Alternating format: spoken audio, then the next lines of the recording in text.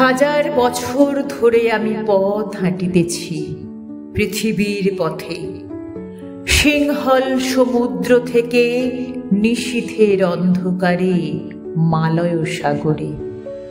অনেক ঘুরেছি আমি বিম্বিসার অশোকের ধূসর জগতে, সেখানে ছিলাম আমি আরো দূর অন্ধকারে বিদর্ভ নগরে। আমি ক্লান্ত প্রাণ এক, চারিদিকে জীবনের সমুদ্র সফেন। আমারই দুদণ্ড শান্তি দিয়েছিল নাটোরের বনলতা সেন। চুল তার কবেকার অন্ধকার বিদিশার নিশা, মুখ তার শ্রাবস্তির কারুকার্য।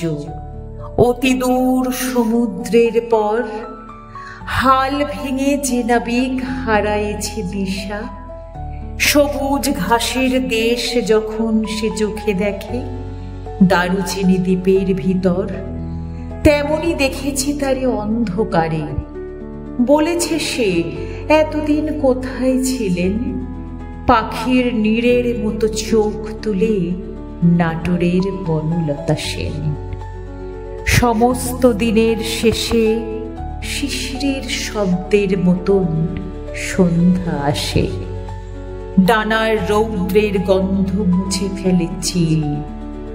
পৃথিবীর সব রং নিভে গেলে পাণ্ডুলিপি করে আয়োজন। তখন গল্পের তরে জোনাকের রঙে ঝিলমিল, সব পাখি ঘরে আসে, সব নদী ফুরায় এ জীবনের সব লেনদেন। থাকে শুধু অন্ধকার, মুখোমুখি বসিবার বনলতা সেন।